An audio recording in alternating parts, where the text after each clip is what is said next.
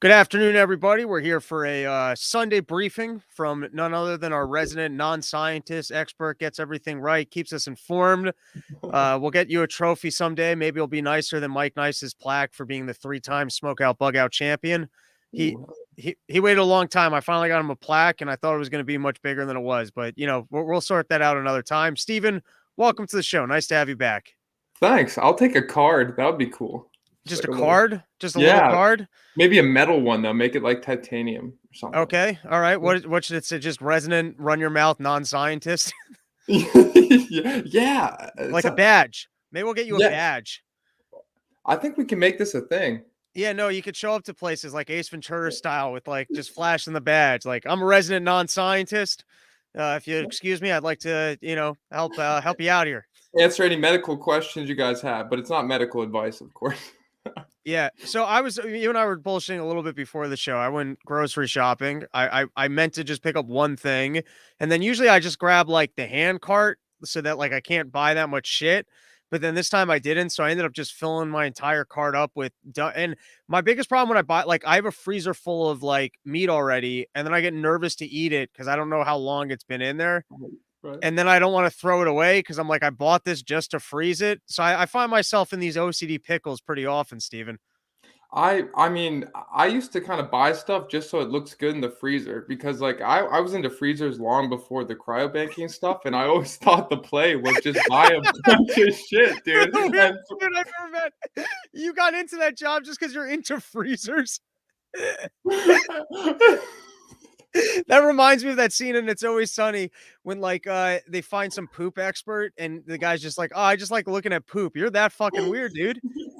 You just like, I what do you like about freezers? What's so exciting about freezers? It's kind of won the longevity and like the organization ability. It's kind of like an OCD meets like kind of like practical use kind of. Yeah, I don't know. Okay. But, Hey man, but if you anyone who finds a way to capitalize off of like the weird aspects of their personality, like for example, every time I write a joke, I feel like I validate some terrible life experience that I had. Cause usually like I'm pulling from some tragedy or something that pissed me. So it's like I walk away with this little gem and I'm like, it was worth it.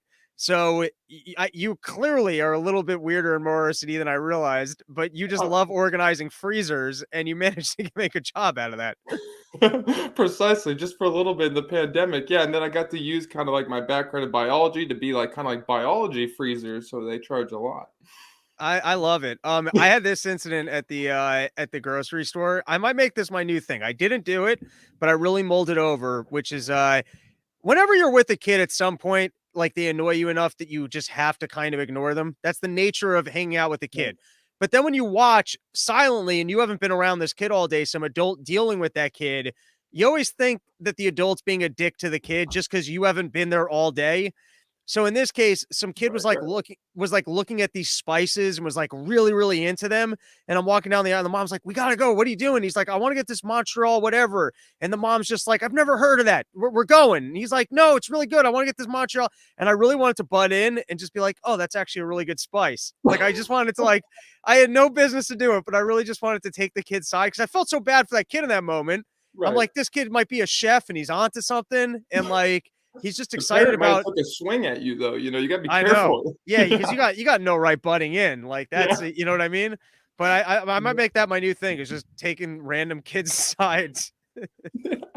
But actually, I think that's really intelligent. Like, yeah. Yeah, yeah, like, "Daddy, we need this inflatable pool for the backyard." That's what I've been saying.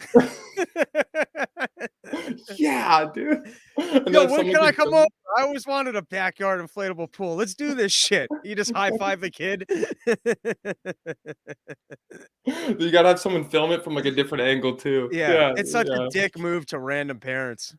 Oh, man, I mean, yeah, I don't even know how you go about that. It's always fun when it's, like, your friend's kid, It's super fun, but Oh, then, yeah, like, yeah, you yeah. but other than that, it's like, "Oh, wow." Yeah. Yeah, otherwise, I mean, it's just inappropriate. There's no reason for you to be talking to other people's kids. All right, Right, yeah.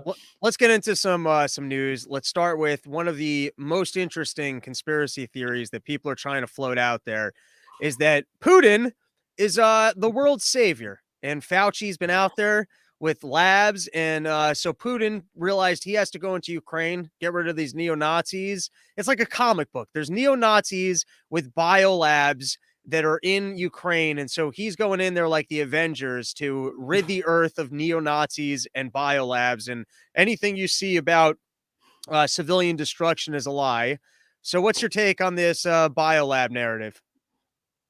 First, specifically on the biolabs, I think it's just pretty obvious that the spectrum of like acceptable research, there's a red line, and that red line goes to what we can do in the United States, and this is done in like every university at all the papers that publish in the United States. But then there's this extra like 25% of the spectrum that's really not ethically okay to do in the United States with like, and it's not ethically okay to the point where you're doing kind of gain of function research for lack of a better term, but you don't get away with it in the United States, not because you can't do it. Like I told you, we could do our 30-minute class on how to create a virus in your garage. That's not the problem. The problem is that there's enough people in the United States that are going to overlook you and say, hey dude, that's a problem. You're clearly making viruses more pathogenic to humans in some bullshit effort. Like I'm going to tell someone or tell your boss or tell the FDA, and then you'll be blacklisted from the science community in the United States. But that other 25% of unacceptable research here is extremely interesting, and that's like what every scientist dreams of, right? It's like designing viruses that are really deadly, some scientists. And Sickos that are right, into right. freezers. I don't think everyone gets that excited. I might be able to destroy everyone. Ha ha ha. Right. It gets really crazy because it's almost like a video game, right? Because you can make it so these viruses only activate when they're given a certain chemical or an antibiotic, and it gets really complicated. But basically, there is an argument to be made that this research could be used for good, like fucking the Fauci line, like, oh, Right. they needed to do this so we could then see it ahead of time and make a vaccine. It's kind of bullshit logic. Because you see the problems with that. But also, there's a really fine line between doing that and then allowing the coronavirus to leak out, which would happen. So I think beyond a doubt, the United States clearly has interests and funds and kind of gives the wink, wink, this is okay to do on your soil for that other 25% of kind of sketchy, unethical research that people would have problems with in the United States just because you would get ratted out. There's enough people that are like, yo, that's a fucking problem. You can't do it in We secrecy do here.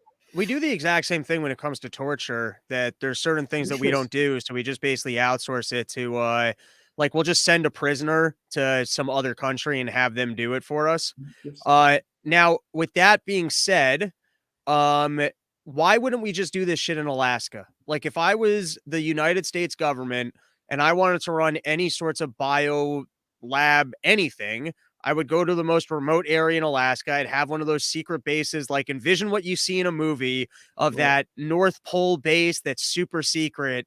Why wouldn't you just do everything there? Like, I don't even understand why you would Yeah. have remote bases in an area like Ukraine. It's interesting because we actually do, I used to work for a company. There's a lot of monkey research actually happens in Louisiana of this country, and there's whole hospitals that have wings dedicated just to doing this, final clinical research on monkeys, certain types of cancers and other like tuberculosis diseases. I'm not saying it's widespread, but it just happens. And the point is, we also have a BSL level 4 with like Ebola samples in Maryland. So we have labs that are capable of that actually have freezers full of some of the most deadly polio and the deadliest diseases just in case we need them later. But it comes down to morality. It's kind of, I see parallels for the same reason we're going to fucking Venezuela to get oil instead of Texas, dude. It's the same shit, but it's like a moral thing. We're not doing it here. Don't blame us. Like we're all clean in the United States. What you mean, that they want to pretend for energy, like green energy, that we're not drilling, but they have no problem with another country drilling? Right, it doesn't make logical sense. This is the best I can come up with it. It doesn't Right. make logical sense on its face, but it's just like a virtue signaling bullshit because they believe like most of Americans are mouth breathers, which may or may not, to the extent that they can manipulate all of us, right? And like, no, like we've never done this type of research here. It's Ukraine. And then when that shit goes bad in China, you could pull a Fauci and clean your hands of it, Right. right? Well, that's interesting with the oil thing, and I'm gonna add a kicker to it, but basically what you're saying is we have oil reserves here that we've chosen not to make use of, and seemingly, I guess the reason for not using it, it's one of two things. Let's go with that. Right. It's for the environment or it's because we want to save it. So let's go with the environment one. Well, if someone else is going to pull it out of the ground and they're going to ship it, so you're going to be consuming more energy to get it here. So that's going to be worse for Yeah. the environment. And the idea of saving it, to me is dumb. The reason being, it's what I explored in my end of year, the end of year recap thing. And I took this from George Reisman, but technology gets better. So if we currently have a good resource to meet our energy needs, like you don't accrue interest by saving it. The oil in the ground doesn't accrue interest. It's not like a financial resource. So if we consume it, we're gonna like have more money that we can be investing into actual green energy so that by the time it runs out, the next thing will actually be efficient and ready to go versus saying, hey, we're not going to use that oil. You're actually pausing economic development. And so you're going to delay getting to like what that solution would be. I think that would be the easiest way to sum that up. Right. Yeah, precisely. Yeah, it's just it's so weird that we've gotten to a place where it's kind of like feel good stories over like, Right. no, dude, this is pretty like let's just like do it, it's okay. So to lay out just the Alex Berenson, who I've enjoyed quite a bit over the pandemic. So he was saying anyone who's saying that there's biolabs out there is being an idiot. Don't be fooled by it. But then he also said, I have to reread the piece. I was hoping to reread the Yeah. piece before we recorded today. But then he was also talking about, which sounded like an argument for why there would be biolabs, that post Russia, essentially we had to kind of partner with the scientists and labs that were there. Because if we didn't, let's just say USSR fails and they've got all these biolabs and we don't decide to work with those people and give them jobs, they're basically bribing them so that they don't go and sell these things to other countries and everyone has bio, which is fine. That would make sense. But then the United States government, like they think we're dumbasses. And even Alex Berenson's going, well, it's not that. But then it sounds like he's giving her an argument for why it might be that. And then the response thus far, because I know the way that these fuckers lie.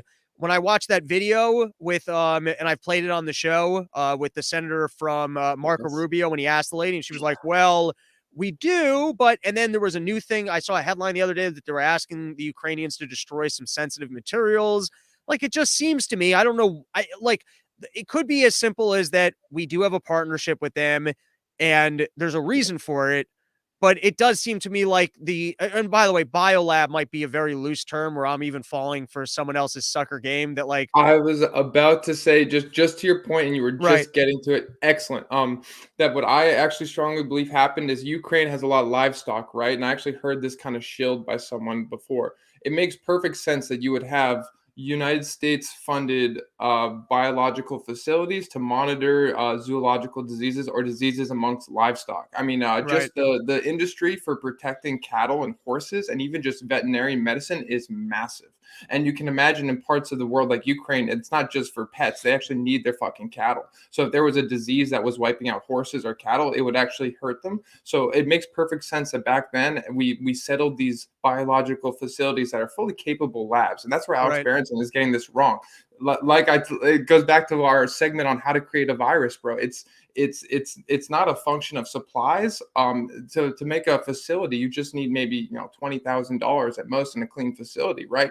So if you have all the equipment to monitor zoological diseases, you have all the equipment to then facilitate.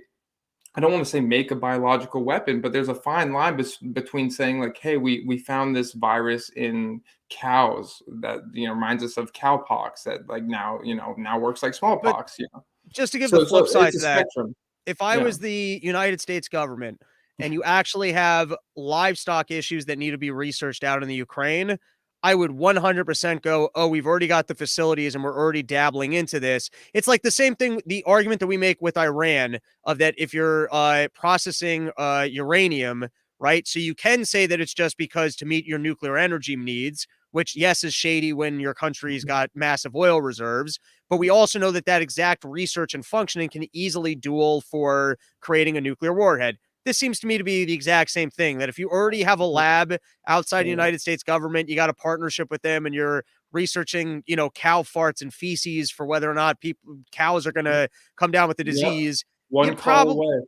yeah, you One call. probably have a backdoor where at least the information's being shared with whoever in the US is also working on bioweapons. That just seems like, why wouldn't it work that way?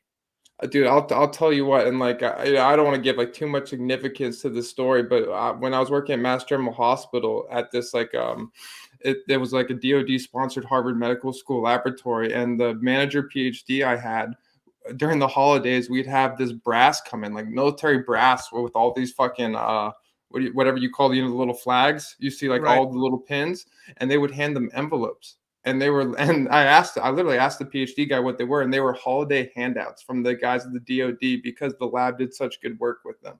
And it's just an example of how, you know, kind of like we talked about before, these labs don't work for the public. They're not really working for us. They're working for the government. And Right. when the special organizations of the government, especially the military, which for the most part is probably doing great work, and a lot of our medicine probably came from the military wound healing. A lot of that shit goes to the military first, then it comes to like diabetics and stuff. So a lot of it's good, but then you can think easily it could be switched to like the other side too.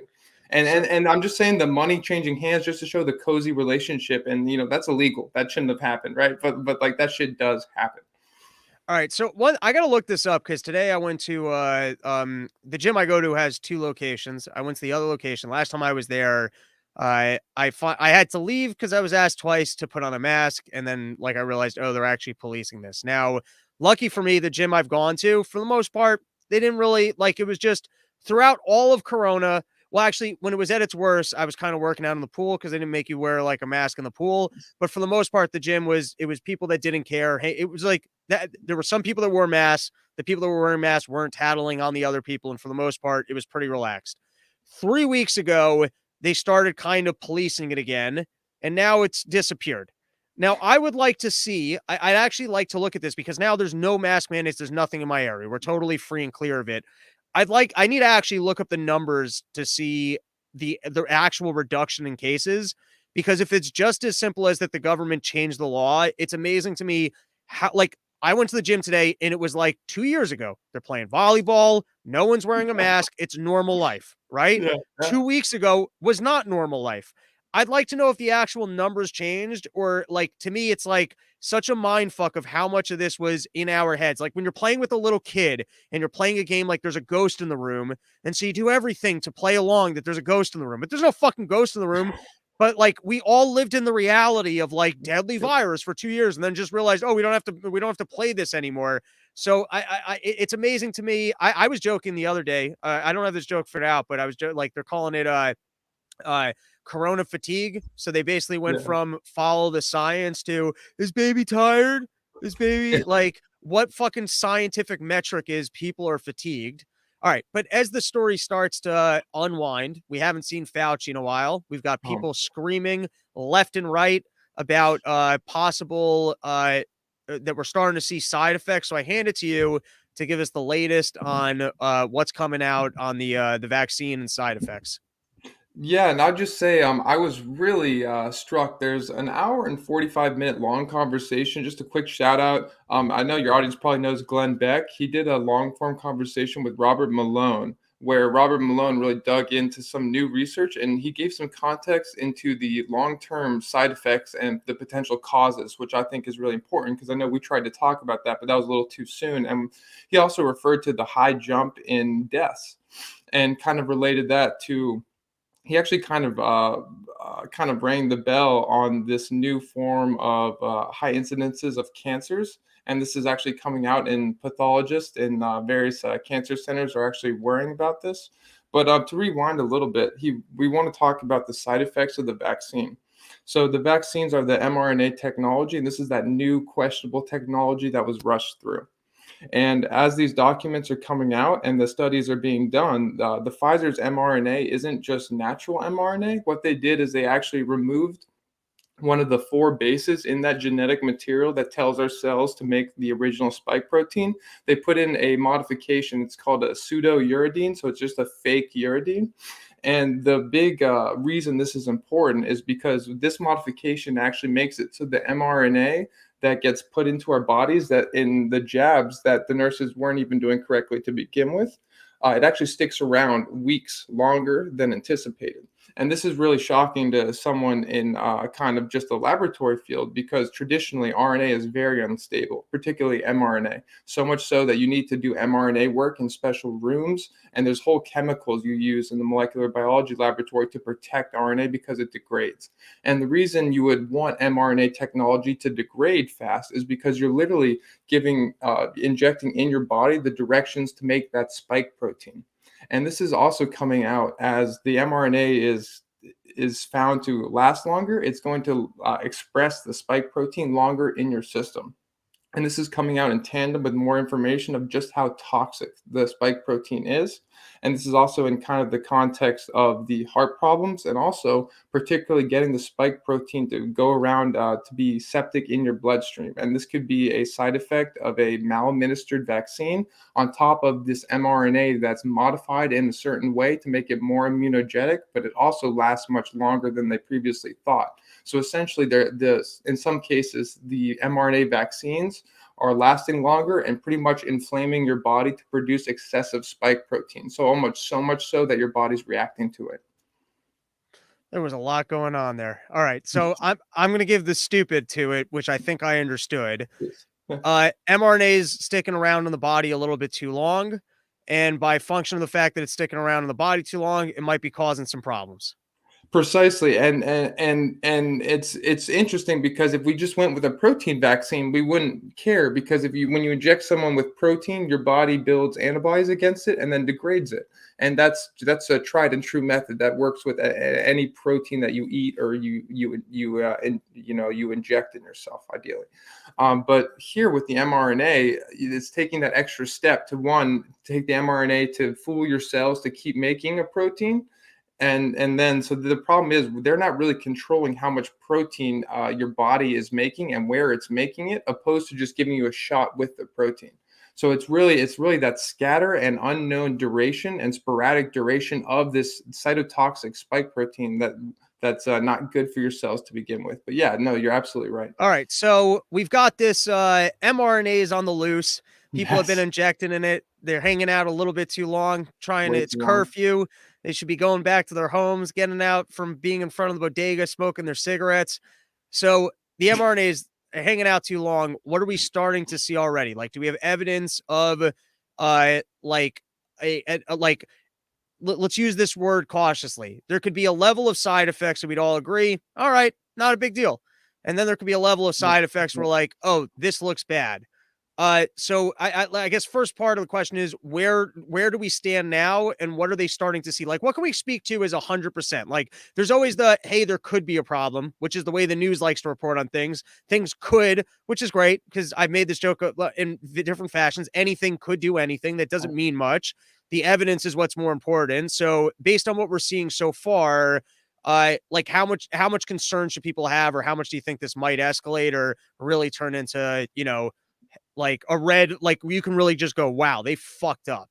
Right. I think right now we're there within like the couple months of getting your 2 or 3 doses. And we actually see that in the data, in the myocarditis, in the VAERS reporting. So we're kind of there with the short-term side effects. And it's also important to put it in perspective too. We might go back through the numbers in a couple of years too, but just to compare this COVID-19 vaccine VAERS reporting and significant side effects with other vaccines.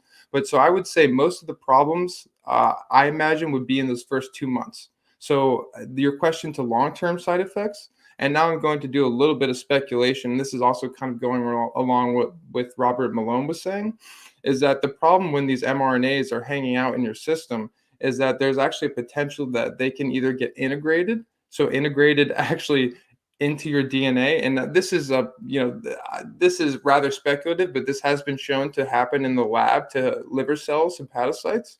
So ideally, or not ideally, what I'm saying is happening is this mRNA, once it gets into your bloodstream, it can actually be taken up into your immune cells, your very white blood cells. And these cells are quite active, and they have what's called human reverse telomerase. And these are some of the only cells in our body that are able to take RNA and turn it back into DNA. And so the idea of having sporadic mRNA that hangs around much longer than it should in the presence of these cells that can take RNA and turn it back into DNA is very concerning, because then you would have a piece of the spike protein in the actual DNA of these white blood cells that don't last very long. So they won't, but that is a problem for inflammation. And what we are seeing right now in the clinic, according to Malone, and he cites some papers in the podcast, is actually he describes it, I think, as a shot at Tony Fauci as AIDS. And AIDS is just like acquired immunodeficiency syndrome, right? It doesn't have to come from HIV. It can also come from like leukemia or something where your white blood cells are killing each other. And so what he describes is this kind of interesting thing that happens also with COVID patients. And this is also what's so interesting and frustrating is Wait, that, so can we yeah, technically say that Fauci gave everyone AIDS and be accurate? I think that's where Malone is laying Hell yeah, the dude. bricks to, dude. I like He's it. a clever motherfucker, dude. I'm a Malone guy, dude. I might make All a right, shirt. so I have this question for you. The last time we spoke, there were some fantastic, and when I say fantastic, I mean out there. I don't mean like fantastic good. I mean like fantastical claims. That would be the more accurate way to say it. Of uh actuaries starting specifically for insurance companies looking at death and disease and realizing, oh my God, we've priced everything incorrectly and we're going to have a problem. And the reason why we price things incorrectly is because rates of cancer and other things are increasing and our tables are off. And the reason why we believe they're increasing, or at least this would be the skepticism, is because of the mRNA vaccine. Now, It was you said that like, and that there probably will never be a smoking gun to that. And in part, they're going to be able to claim that COVID is what changed people, not the vaccine, that it's long COVID or that people got COVID and as a result. And then you would think, though, that you could pretty easily prove whether or not that was true by basically doing a study of totally unvaccinated individuals who had COVID versus the vaccinated individuals that had COVID and seeing which group ended up with the higher rates. Now, if you want to get technical, you'd run into some issues that, for example, I'm in the unvaccinated camp and I'm also not the healthiest of individuals. And I'm actually willing to bet that the unvaccinated camp is probably less healthy than the vaccinated camp overall because we're more of the fuck you people versus like when you look at your gym rats, the like your lefties, your kale eaters, and all that other bullshit. Those are probably lean more towards vax and compliant. So I hand it back to you. Have you changed your opinion in any way as to whether or not there might be a smoking gun at a future point and date to say, hey, clearly the mRNA caused some massive harm? unfortunately, what you would have to do, and I would love to do this if I had a lab, but you would need to show that once injecting the mRNA vaccine into a rodent, for example, or a mouse, and then you would have to take blood draws every couple hours, and I would find out just how long is the spike protein being expressed in that rat's blood. And you do that with the control, so that would be a vaccine with no mRNA, or actually it would be a vaccine with fake mRNA, so the mRNA wouldn't make any sense; it would just be random. And then you do a vaccine, that the real vaccine, inject them both into different rats, and obviously the rat that you didn't inject anything and you wouldn't see spike protein, and then you test the other one to see how long you would see the spike protein for, and then you would be able to tell, like, okay, how long is this being expressed? Then I would look in to see if any of the rats' white blood cells, or well, not red blood cells. White blood cells are probably maybe liver. So with rats, you can sacrifice them and then break open their organs and assay them molecularly in a molecular way. That's why they're such powerful animal models. So I would look inside its liver, which is kind of responsible, or its kidney that's responsible for filtering its blood, to see if the mRNA vaccine actually integrated into the DNA. So you could actually do a PCR test on these cells to see if the mRNA turned into DNA, which would be very troublesome. And that would take kind of the more far out claims. But as far as the actual the people that make the tables, Robert Malone brought this up too and pounded the table on it. It's a little bit beyond my area of expertise to delve into those tables right now. But he was, the way his argument was, is that these people are excellent at breaking apart data. Like you said, if there was ever a way to disentangle the getting COVID from getting the vaccine, it's going to be the fucking people that make the interest rates on your life insurance. So I think following those guys is the best case, because like Malone said, they're purely objective and this is what they do for a living. And as far as smoking gun, not without a scientific study. And I think all scientific studies are so clamped down, even the successful ones, that there was not going to be a breakthrough one that we're going to know of anytime soon.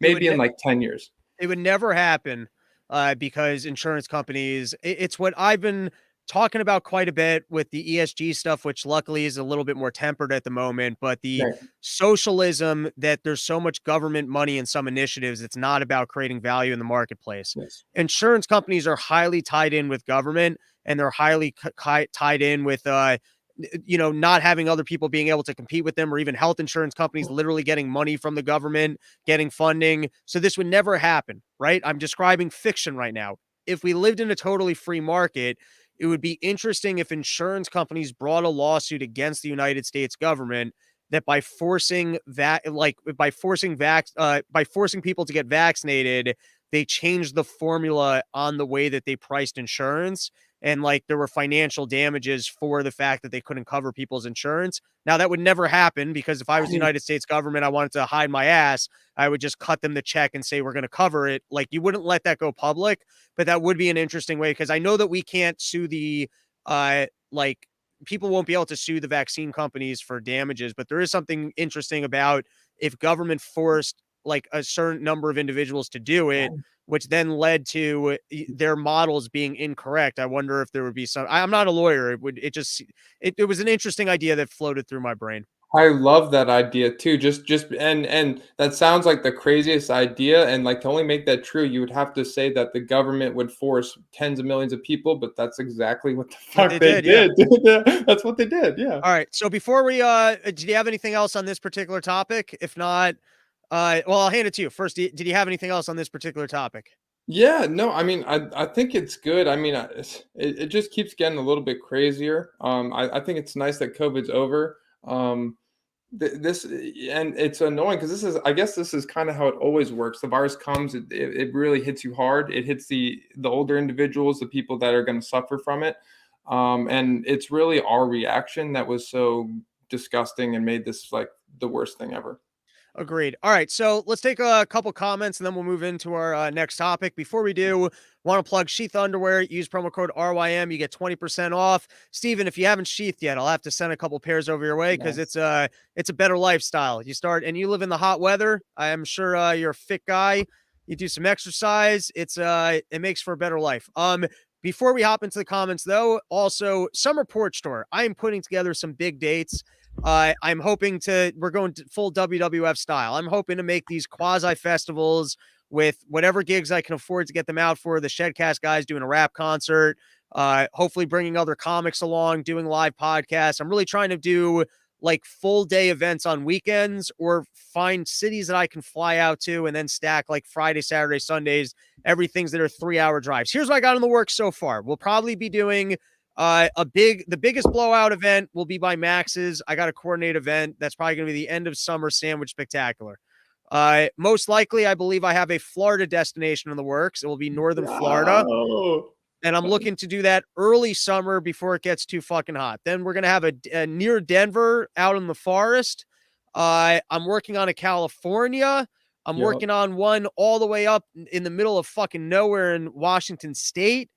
I'm getting moving. I'm trying to put these things together. So if you want to be part of Summer Porch Tour, you got an interesting property or something that you think would make sense for doing a weekend show at your house, hit me up, robsnewsroom@gmail.com. Hopefully I can get into some comedy clubs, start doing comedy every night, because I am spending too much time at home and I got to work on jokes. This past weekend, I went out, I had the most fun doing comedy, but some of the new jokes, they didn't work. And that's the process, right? No But doubt, yeah. between now and then, I want to go full WWF and put on big ass blowout backyard parties that are transcend the stand-up comedy genre into full just hangout festival, So if you're on board, you got a cool wife or someone you just recently divorced, but you're holding on to the house too for now, hit me up, robsnewsroom@gmail.com. All right, let's take a couple comments here and then we can move in. Shit. I just got rid of the entire private chat somehow. Oh, no, here we are. Comments. Here we go. All right, starting with Based. After the last episode Steven was on, I binged all the episodes. By far and away, one of the best guests on any podcast in the world, and I'm not being hyperbolic. Hell There you yeah. go, Steven. Nice. Get in Getting the support of the fans. Jim, we need to develop the vaccine for the weapons so it only kills our enemies. Well, Steven's the guy Cool. to talk to about that. Yeah, we'll do that episode, the designing virus. Can we design it just to get at the Jews? Yeah, real quick. So, oh, no, no, no, never mind. No, no, no. No.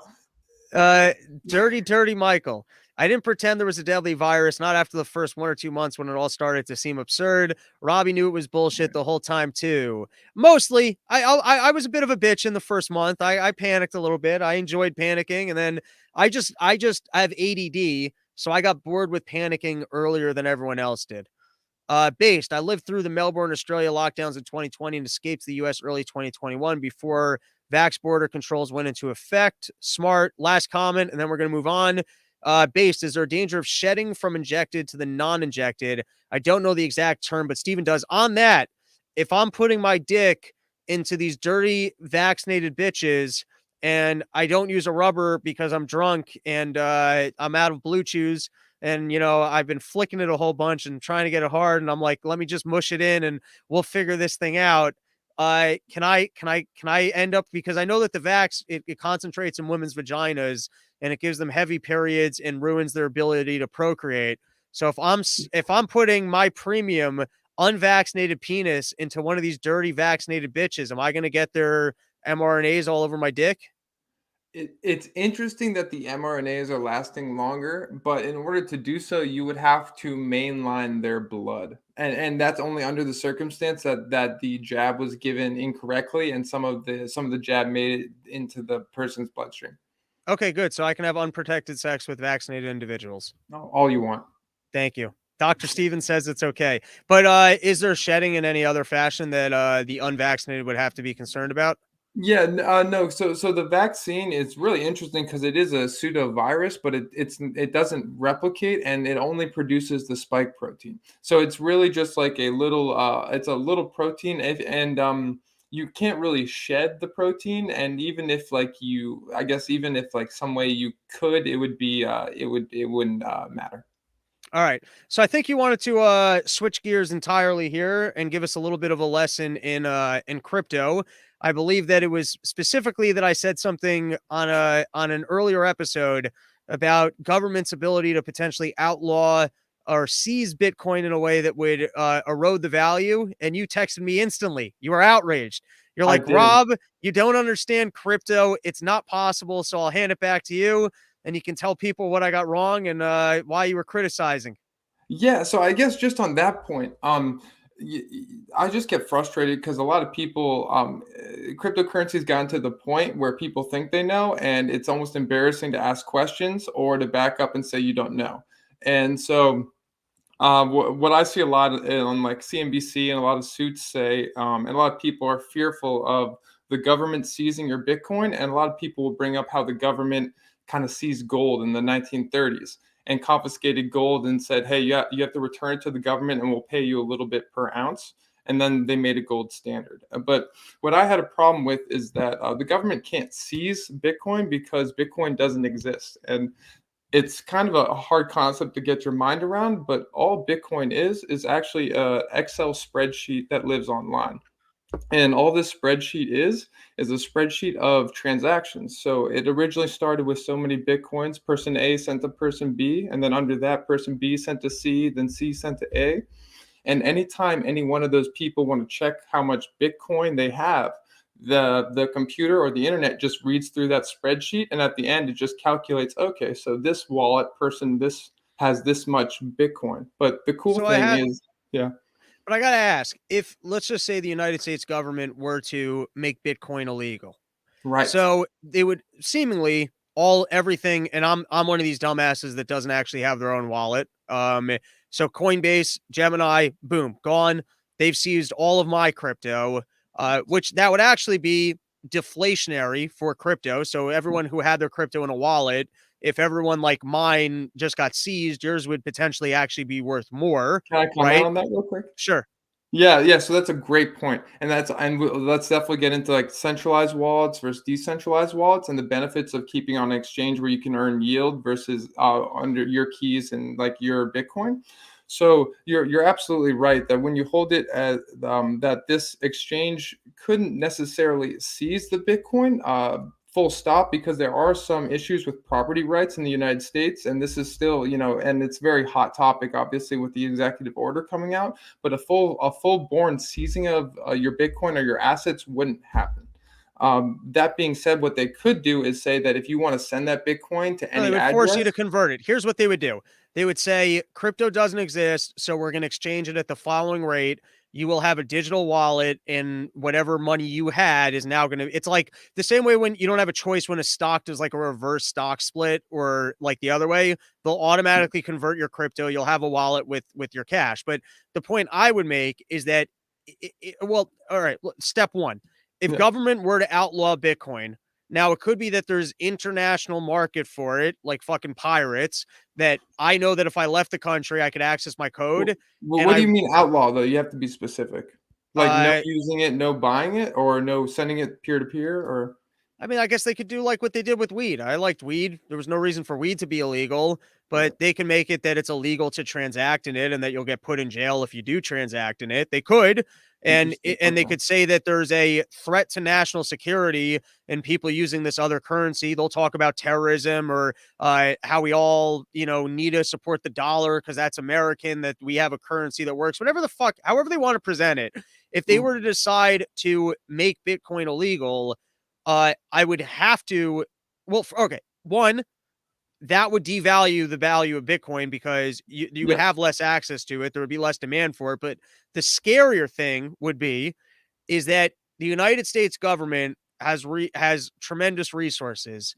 If someone were to hack Bitcoin, Bitcoin would become valueless. Now, at the moment, because it's decentralized and you have the hive mind of all these computers, it's currently unhackable. But is it unhackable if the United States government and the NSA sat down and said, we are going to hack this? I don't know. Yeah, well, so they could hack it, but they would need about 70% of the computer power that's already in the network. And so that's a good point. When you talk about cryptocurrency, you really need to break it down by market cap, and then that's just kind of a function of how adopted and how accessible these cryptocurrencies are. So basically, in order to hack Bitcoin, and what you mean by that would be actually changing the transaction. So basically changing the Making me amount of Bitcoin. rich and taking everyone else's Bitcoin. Right, I'm or on fake. Team NSA. Right. Well, yeah. Well, you would need the vast majority of computer hashing power. So all these private public companies that are distributed all over the world all have these huge server farms that we all see that all mine Bitcoin. So if the United States government wanted to hack Bitcoin because it's a public blockchain, they would actually need a majority of those machines working for it for a period of time to then break in. So that's what's kind of beautiful about having a public blockchain that's always audible, because no one can hack it or change those transactions, because the transactions get added every 10 minutes and reassured by all those computers unless they have a majority of the hashing power.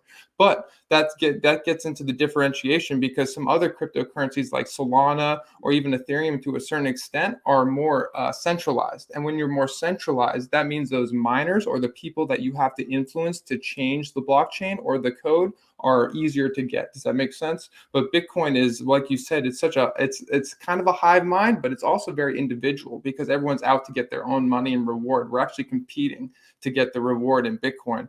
So like when I mine, I'm competing with you if you mine to get that reward. So I want more computers plugged in.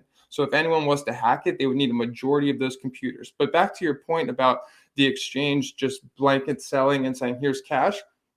I guess that's theoretically possible, but you got to remember that all these exchanges are private businesses with their own shareholders and investors. So if all of a sudden the government's going to make this, yeah, I'm just saying, I think it wouldn't be as a fell swoop as saying, okay, Bitcoin's illegal, everyone's got to sell everything to United States dollars immediately.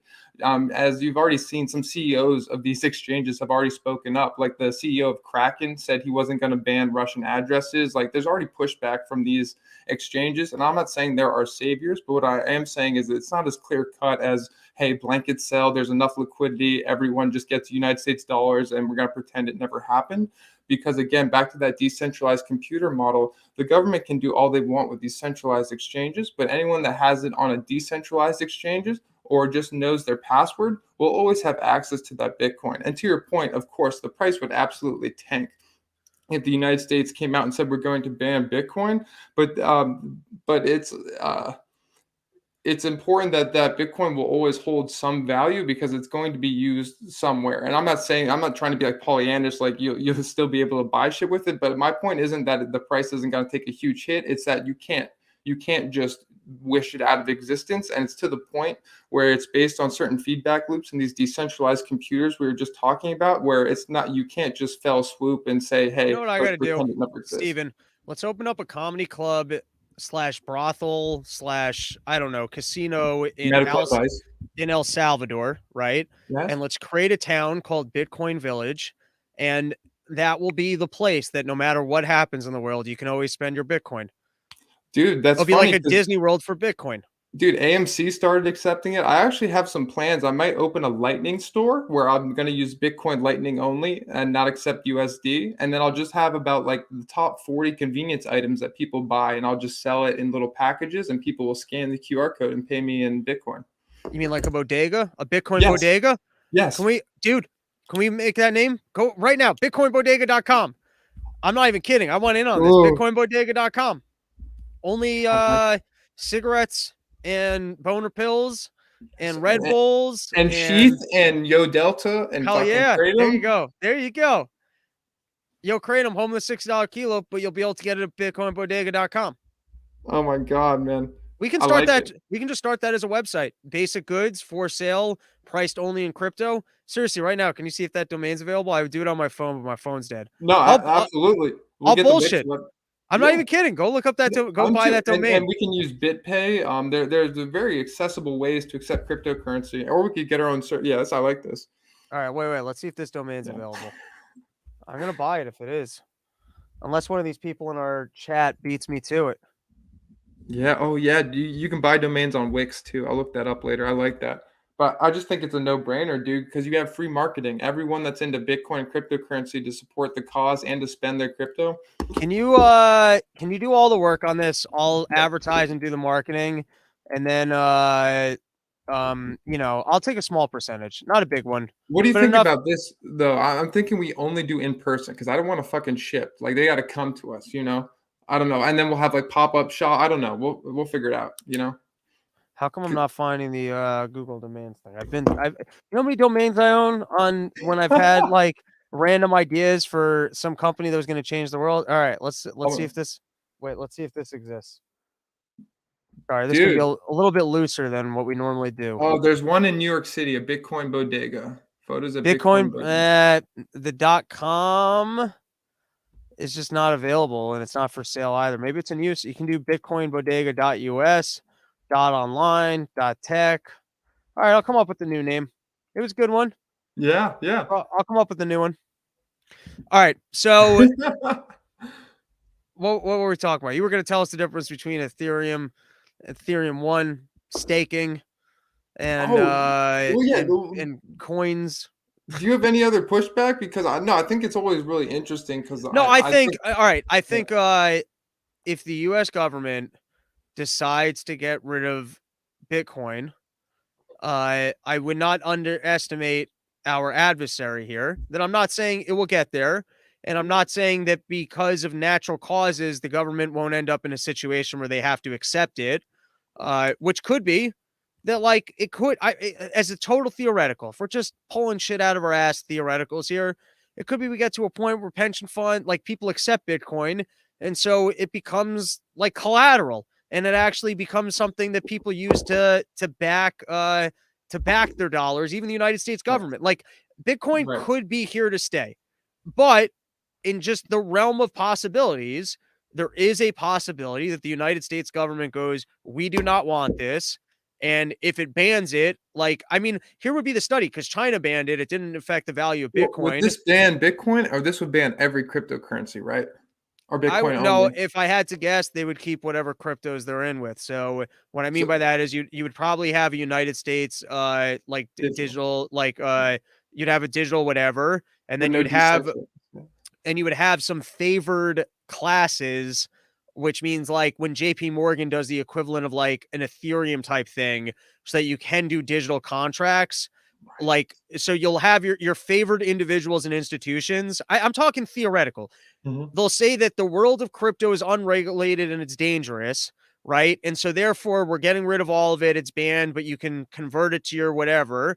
And then they're going to say, but we do see that there's a utility to smart contracts. And so all smart contracts are going to be done through Morgan Coin. And so now Morgan Coin is going to be pegged to the US dollar, but instantly they have their Morgan coins because, so that's worthwhile. I'm talking Yeah. theoretical. Yeah, I no, I like that, and then it just I know it's always interesting, and then it's always hard because I But always can try I to think of Can I like also just say this is yeah, the mob where they show up to Ethereum and they go, listen, you got two choices here. yeah. You can either not exist or you can give your technology to Morgan Coin. We'll pay you $100 million. These are your options. You either don't exist or here's your $100 million. And then all of a sudden, all these tech people, because I would be the same way, where you're confronted with, oh, well, I had my idealism. Well, you can have your ideas and go be poor and you won't have changed the world anyways. Or you can just not have your ideas anymore and have $100 million and live a good life. Most people just realize, all right, I guess I'll take my good life option. But the problem, and it would have to be a world uniting thing, because the problem would be if they went to like Vitalik or any of these companies that are in deep, or even Coinbase, and just to give you an idea, actually, before Everyone wants their piece of the pie. Like, even when it comes to, you would think that when it came to currency, the United States government couldn't devalue its currency in the way it did, except every other government went, okay, we'll print also. We'll lower our interest rates also. They all kind of colluded on doing it at the same time so that no one's currency fell too much against anybody well, else's. they If got I'm away just with saying, it. if the United States government were to get up and say no more crypto, there's no way it's going to be allowed in England. There's no way you're going to be able to That's go what I'm buy saying. oil with it. It What would but be all of what these. about Canada, Mexico, Japan, I'm I South Korea? all any country. I'm telling you, if in the theoretical landscape Right, where government wants to make it disappear, it would be like selling your oil in gold, right? right, Which we've but killed people for, yeah, or invaded their countries over. You would end up being Iran if for well, example, if dude, it Russia's selling their oil for the Chinese dollar right now, dude. there you go. Good for them. So I know, but I would just yeah, I would just push back a little bit, just because well, one, I thought these were amazing numbers. So on the Bitcoin network, let's see where we at right here. Oh yeah, in 2021, the Bitcoin network settled $3 trillion in payments, which is more than Discover and Amex combined. So That's that would pretty be massive. so yeah. So I'm not saying it's too big to fail, but I'm kind of saying it's too big to fail. But And just to go back, that might include just the buying and selling of, like, imagine if every time you bought a stock, you bought it and sold it with your Visa or MasterCard, which you don't. But in Bitcoin, if every single time you just buy and sell Bitcoin, it's considered a transactions, then right. obviously it's going to be more than like the swipe fees for, going out and buying shit. But that's comparing networks and money that flows on networks and kind of interest in the network. And then to go back to the actual market cap. So right Right. now, that's if you add up all the value of all the Bitcoins in circulation, it's about 800 billion. To give you some idea, Walmart is at 400 billion, Target 100 billion, Microsoft's at 2 trillion, which is the same as the overall crypto market So cap, which is let's make this precise. Let's just make this, we're going to be the opposite of everyone else who does news yeah, style shows. right. You're making the argument that I am wrong in assuming that if the United States government wanted to get rid of Bitcoin, it could potentially get rid of Bitcoin. You think that Bitcoin is already at the stage of adaptation that the United States government would not be able to get rid of it. Precisely. And look at senators that are owning it, whether it's political or not. Senators are buying and putting Bitcoin. South Korea just elected a pro Bitcoin president that beat their opponent because they're pro crypto and wanted to lower crypto taxes. India banned crypto, but now they're rolling it back. There's a lot of boogeyman stuff out there. But what I will say is I see a very clear political kind of line in the sands being drawn. And I would also argue, there's almost no such thing as bad press at this point, because we're Right. talking about numbers that are so big. But that doesn't mean that the rest of these cryptocurrencies aren't unregistered securities that will get banned. And that's where we get into murky waters. There's a spectrum and a lot of volatility. But I think, just like Uber and Lyft, or Uber back in the day was kind of getting banned out here in Right. California, but enough But then they people were got like, too big. Yeah. All right. precise, and So, it's, yeah, yeah. all right. So I will, to put a button on this one. It's okay we can agree to disagree. I think it's within the realm of possibility that government could get rid of it. You say it's not, which is fine. Well, Uh, it's impossible to make it ever existed. They can make life difficult as fuck yeah, for right. everyone. Which Right. would devalue it. Correct. Um, Yeah. I think there's something nice, like what you were saying about South Korea. I think people like I can't. All right, just give me 1 second to formulate this thought. Yeah. I think people like the concept of freedom. Now, sometimes people seem to be willing to trade being ruled over for security, which is true. But there's something about like when people earn money, they like knowing it's their money, right? And I think people are starting to kind of get a little bit of an education here to the fact that like Bitcoin's like the money of the people. Like we own it, it's not owned by a government. And I wonder if there's like some like the sheep are getting like a sense of, oh, there's a little bit more freedom in actually owning my money by not having it Yeah. something that they control or own. And the fact that it's like, it's so funny because the people that are into like married to this idea of one world government, and we're all just like, we don't want that.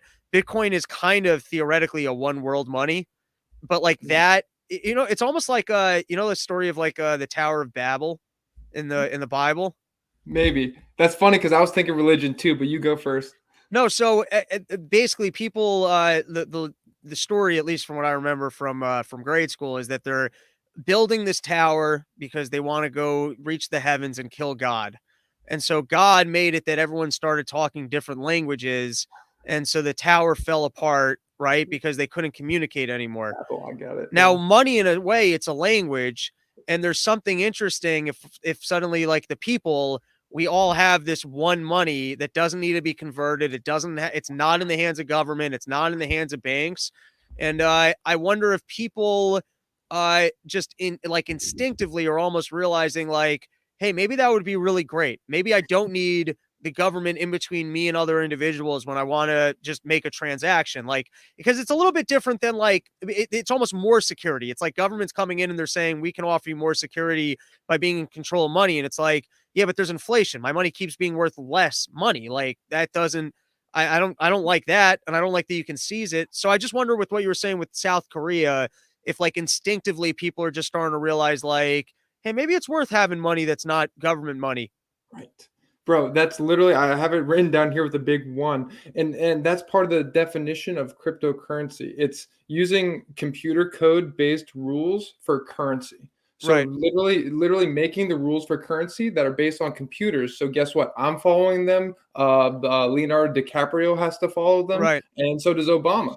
Well, Because I they're was saying computers. I think they're I mean, I've said this on a couple episodes and this idea I will continue to explore, so I don't Yeah, mind being repetitive about it. cool. But to me, and the best book on this is Why Nations Fail.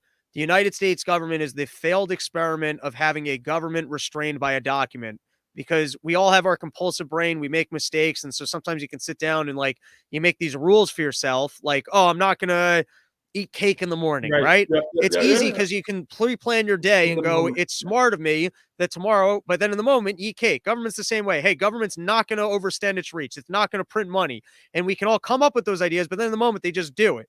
But there's something Right. interesting when you can take away your power to make the compulsive decisions and put it like into the computer domain where you're like, this is now the rule. We cannot like it's not in the hands of like the Supreme Court to interpret. It's like this is, you know what I mean? There's something very interesting about that. That's the difference between setting the rules and control. Because previously, government fiat currency, the government sets the rules for the currency, but they also control the currency. They control Right. the access. They control to change the rules. In crypto just sets the rules. There's no control, bro. I used to lose my funds when I was fucking around, but last year a lot. No one controls it. So that's exactly to your point. It's beautiful. All right, I have to take a quick leak here. We're an hour in, and then I think we're gonna get some education on Ethereum and proof of stake and all that other fancy gizmos, right? Yeah, and then just kind of relate that to centralization and how it's good for some aspects like smart contracts, but Ethereum isn't Bitcoin. It's not hard money. Companies aren't buying Ethereum to store their wealth. Neither are countries, you know. All So right, there's an important distinction. let me take a quick leak while I'm out there. You can plug some sponsors. You can plug freezing Oh your yeah, semen. You can let people know what you're up to. Have fun. Tell them nice. that they can invest in your virus superstore where you're gonna create the next virus, but it will actually protect people from what Fauci's working on, which is giving people AIDS. You can just go with that. I'll be back in a second. Oh yeah, hell yeah. I'll definitely get to that. First, I was thinking, so we want to start this store that only accepts Bitcoin and probably some other cryptocurrencies just for a little bit, maybe only Bitcoin for the maximalist. But it's going to be called, I think, the Lightning Store. And so we're obviously just going to use Bitcoin's Lightning Network or maybe BitPay. And my original idea was to set up maybe at a mall or a university or someplace with a lot of foot traffic and just rent like a small place and then just do a little bit of research on like what are like the top 20 or 40 items that people buy just like off the shelf every day just for like quick loads, and then you could give like each of those objects a number like 1 through 40, so then people can come in or order on their phone and be like, I'll take like a number 1, a 5, and a 29, and then you can like get it together for them and then have them scan a QR code and obviously pay for it in crypto only. And so I think that would be pretty cool. I want to avoid shipping costs because, you know, that's just kind of outrageous. And I want to see people face to face. And I think when we start there, we can then open up to maybe have a back secret club, where like if you're a crypto holder, then or if you pay so much to access, you can come to our secret club behind the store. You know, I'm thinking like a vending machine that slides open. Yeah. All right. And in the comments, we got Based asking, is there a place to find more of Steven's work, or is he Mr. Off the Grid? Man, you can check my LinkedIn. Yeah, if you, Most boring I place got to interact it's with a lot of people. published papers and stuff. Yeah, There you go. yeah, probably LinkedIn. Is there a literal article of how to freeze your cum? Can I be a Yeah, co-author on anything semen related? I'll call you an expert in what would be your title? Semen. I've produced a lot of it over the years. I think An if you expert semen competed, producer. yeah, Yeah. if you were to compete me against a typical 33-year-old male, I feel like I'm a couple gallons of semen above them. We could actually, I'm not even kidding. We used to do a lot of like machine learning algorithms to Right. characterize neurons, and something that's like a neuron is actually semen. So a lot Okay. of people have machine learning algorithms, computer programs that look through microscopes and can characterize how healthy your semen are by the little swimmers. So I'm thinking we take different samples of your swimmers and then we can mix it with like different B vitamins, maybe some THC. We can Okay. see what makes them swim faster or slower. I mean, wait, so you can wait, this sounds interesting. Super Yeah. swimmers. Super swim. We could race them and people could I like that idea. I was thinking that instead of too. horse racing, we got Yeah, we semen can race racing. semen, and you Whoa. can, dude, put it up online. Write that down. Bet on a semen to see what ends up getting pregnant, dude. There and then there could be money in the lady who becomes pregnant. Like that's part of the vig on the semen race. And then we have like the pictures of the guys in the corner and with like their faces, and they're like, I got the fastest semen, dude. And then it's like, and then it's like, ah. All Yeah. right, I mean this is some real sicko shit. All right, Yeah. let's give us the crypto education. I'm starting to fade. I need some dinner, so let's get Oh, into what you no, you're got good. I for us. mean, I guess, yeah. I mean, it's all right. I mean, we can just kind of like finish up. I just wanted to get kind No, of no, in the hard. I want the education here on Oh, the shit. Okay. Ethereum, the Yeah, proof let's of do it, dude. stake. All right. Give it to me. Fuck yeah. All right. So this is also important when people come on and they're like, oh, I got the next crypto, or like they talk cryptocurrencies. That's kind of like saying I'm a master of automobiles, right? Saying I'm a master of cryptocurrency. Well, if you say that, then you better fucking know cars really well. You better know trucks, and you better know like golf carts, or you know what other automobiles there are, right? Don't say you're a master of automobiles and then tell me you only know what fucking cars are, right? And that's what a lot of people in this space are doing now. And so it's kind of important to make the distinction. So and just for example, you can talk like Bitcoin is cars and Ethereum is trucks, and they're there for their own niche. Yeah, they're both automobiles and they can get you places, but if someone's looking for a truck, they're not going to settle for a car. Like if you're going to work or you're looking for something to put your couch in the back. You're not going to settle for a car. And similar, if you're driving across country, you're probably not going to settle for a truck. So my point here is that they're not competitors at all. They're actually just two segments under the header umbrella cryptocurrency. And their main differences come from, again, Bitcoin having this fixed supply and a feverish core group of developers and maximalists and people who get who essentially protect the code. And when I say protect the code, the Bitcoin code changes very slowly, and it can only change when a majority of miners and developers agree on it. And that's it's a little complex, but essentially the Bitcoin code is there to stay, and it moves very slowly, versus the Ethereum code, which has a more active group of developers and it's easier to code on. So it moves rather fast and it has a lot of test nets.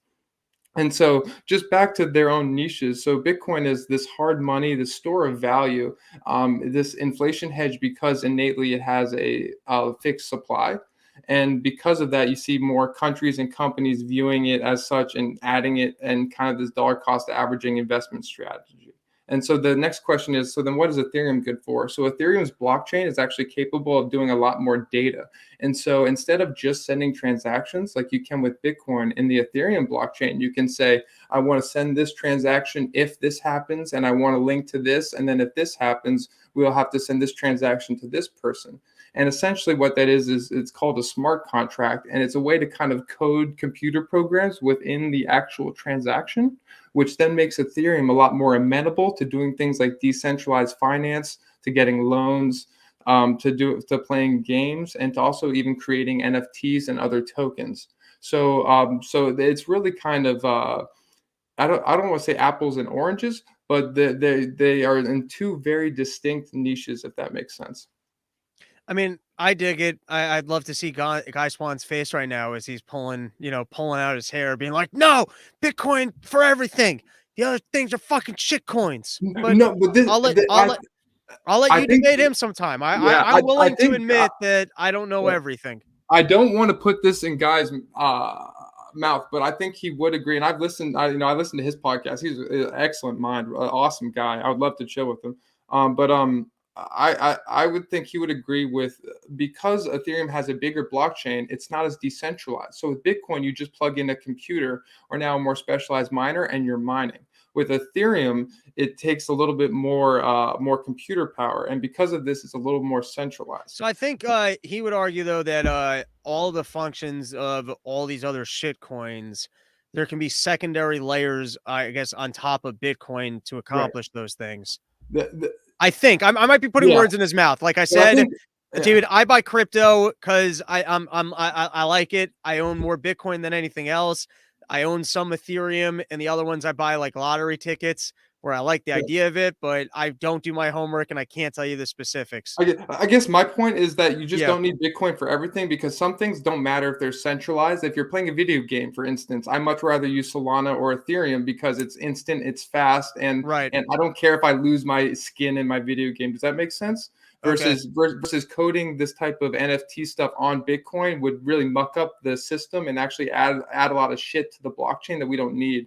So actually, I think part of Bitcoin's feature is just being moving slow and not doing that stuff, if that makes sense. Now, all right, let's close out with this. So with Ethereum, I know they're switching over to like a proof of stake or something, Yes, and people are making a whole yes, big thing out of it. let me talk So about that.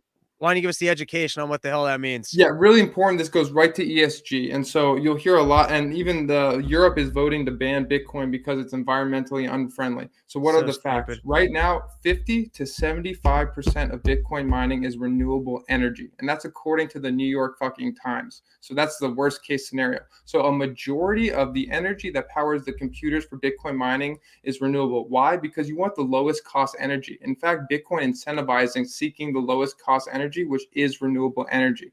Part of the argument that Bitcoin incentivizes renewable energy because that obviously takes out of your profit. Furthermore, how Bitcoin incentivizes renewable energy is that a problem with solar and wind power is that the electrical loads that they generate is usually during the day, and that's when people aren't using electricity. So you either need to store it in batteries or you waste it. You literally have to waste it.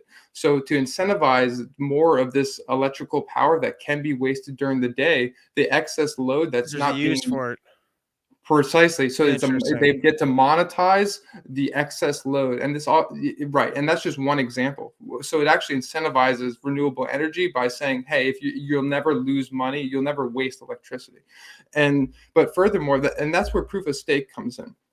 So proof of work, which Bitcoin is and will always be, and is part of that niche, that cars and trucks niche, it gives people their opinion or their sway on the network based on their hash rate, and they get rewards based on their hash rate. And the hash rate just means what's the computer power that you have that's mining Bitcoin, and that's a function of how many machines you have plugged in and how powerful those machines are.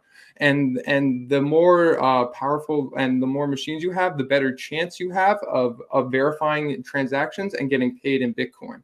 But that's sporadic. So that doesn't mean that if I just plug my one miner in and I mine for like a couple years, that I might not mine a block, even though there's a big miner down the road. So that's what proof of work is, and that's why there is some interest, because it incentivizes people to plug in all over the world, no matter where they are. If they have connections to the internet, they can mine and make free Bitcoin that's non-KYC just by plugging in their computer, and that's part of what protects the network from governments doing the same. So if the United States government wanted to attack the network, they would have to plug in every computer the government has and then try to mine Bitcoin and then some, and so that's what proof of work is, and that's why it's important to keep it decentralized and to secure the blockchain, because anyone can buy and plug in. What's proof of stake that Ethereum is moving to that's faster, a little bit more centralized? So instead of using computers to solve transactions, Ethereum actually secures the blockchain by having people that already have a lot of Ethereum, a lot of the stake tokens, and they stake it.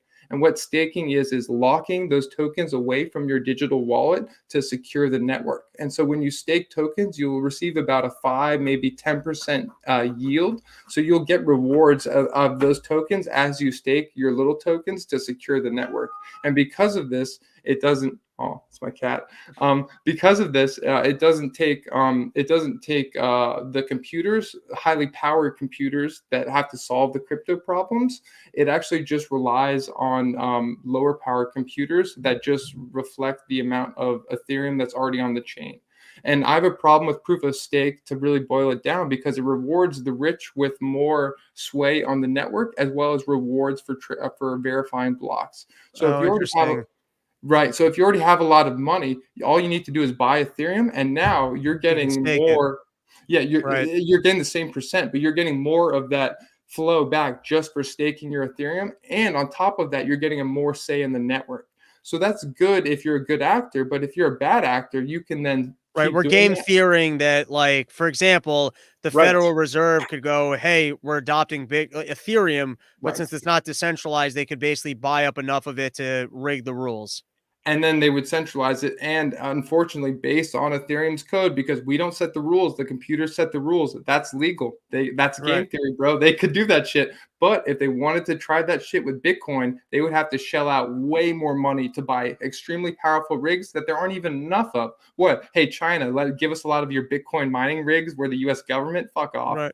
Interesting. Very interesting. All right. Right, right, Let's right. call it there. We can continue our crypto conversations another time. Mr. C Boss stepping into going nonsense. This is all just a modern Ponzi scheme. I'm out. Fair enough. Wait, Everyone's one sec. A Ponzi yeah. scheme is defined by a closed garden in secrecy, right? Bitcoin's perfectly audible. Anyone can open up the blockchain and see every transaction. If this was a Ponzi scheme, you got to tell me where the secrets are. Everything's out in the open. Hey man, the United States government's running a Ponzi scheme, so Yeah, at the I would like ask him, yeah, what are your dollars backed by now? And it's more or dollars. what Ponzi scheme do you want to bet on will be around longer? That's kind of more what your options are. All right, Steven, anything else you want to throw at people before we call an episode? No, man, we'll try to get California up and going. All right, and everyone, I'm quasi retarded, so like just when I say dates, just know I can be wrong. Denver's not this weekend; it's the following weekend. It's the weekend of the 25th. I will be at Steamboat doing 2 shows with Kyle Ruff. I'll be skiing during the day. If you're a bad skier, I don't want to hear from you. If you're a good skier, I'll hit the woods with you. Other than that, Summer Porch Store, hit me up, and that's all I got. Steven, you want to tell them where they can send you your cum? Their cum, not your cum. You already have your Um, cum. I think we're gonna get this Bitcoin bodega or lightning store Okay. going, and The then we'll Lightning Store is cruise not from bad. there. By the way, Lightning Store is a good name because it sounds like you can get your shit quickly. So that's not a bad name. Right. Yeah, and we'll freeze some cum in the back off the Hell record. yeah, dude. You can show up. No, you know what? We can make it so old school. It'll be like porno mags, but you can go in the back and just, free some cum while you're there. Oh, I like this would be fun. This would be And then interesting. and then maybe what we can do to make it real cool is like you make it look like one of those like Terminator rooms, like with like one of those big ass vats, like Walt Disney would be frozen in, but it's for your cum. Let's incorporate VR somehow.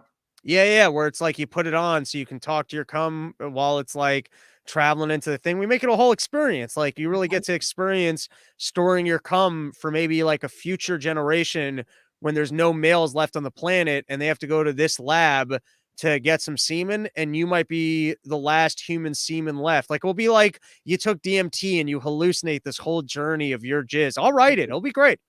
I like it, like Honey, I Shrunk the Kids type thing. Yeah, it'll be called, The Story of Your Jizz, and while well, like, right after you jerk off, you get to watch the journey of your In jizz, the and we'll VR. write yeah, and we'll write all sorts of different journeys that, because we don't wanna rule out business, so it's like every time you come and you jizz into our frozen things, your jizz takes a different journey. And it's kinda like that Netflix show with Bear Grylls where you gotta choose A, B, or C. Which direction do you wanna go? Yeah, for sure. Yeah, Yeah, you like 100%. that? You go different ways. I like it. Alright, let's call it an Cool. episode. Later, Yeah, we buddy. better go.